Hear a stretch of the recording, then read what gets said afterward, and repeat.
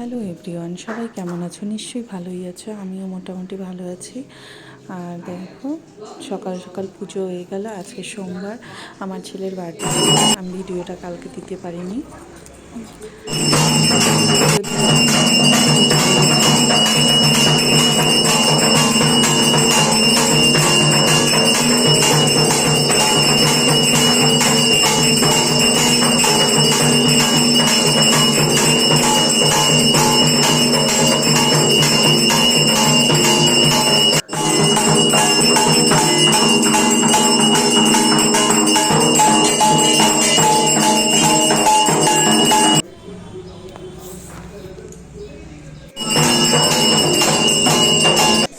আর যেহেতু ছট পুজো পড়েছে, ওই জন্য খুবই অসুবিধা। এদিকে বিকেলে পুজো ঘাটে যাব, ওই জন্য।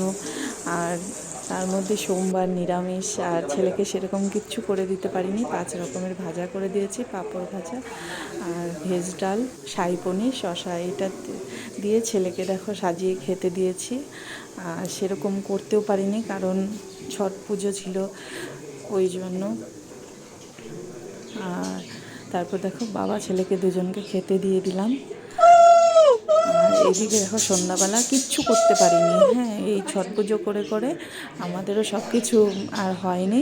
সামান্য একটু পায়েস করে ধান দুব্বা দিয়েছিলাম, আর কিচ্ছু করতে পারিনি।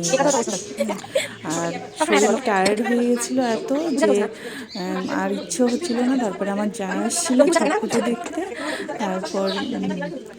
তারপর বিকেলবেলায় এসেছিল। দেখো, ওরাও একটু আশীর্বাদ দিয়ে দিল। আর বাঙালির তো মেন পায়েসটাই মেন। আর কেক তো এখন ফ্যাশন হয়ে গেছে, যে হলো কেক দিতে হবে, ঠিক আছে, এটা হলো মেন কথা।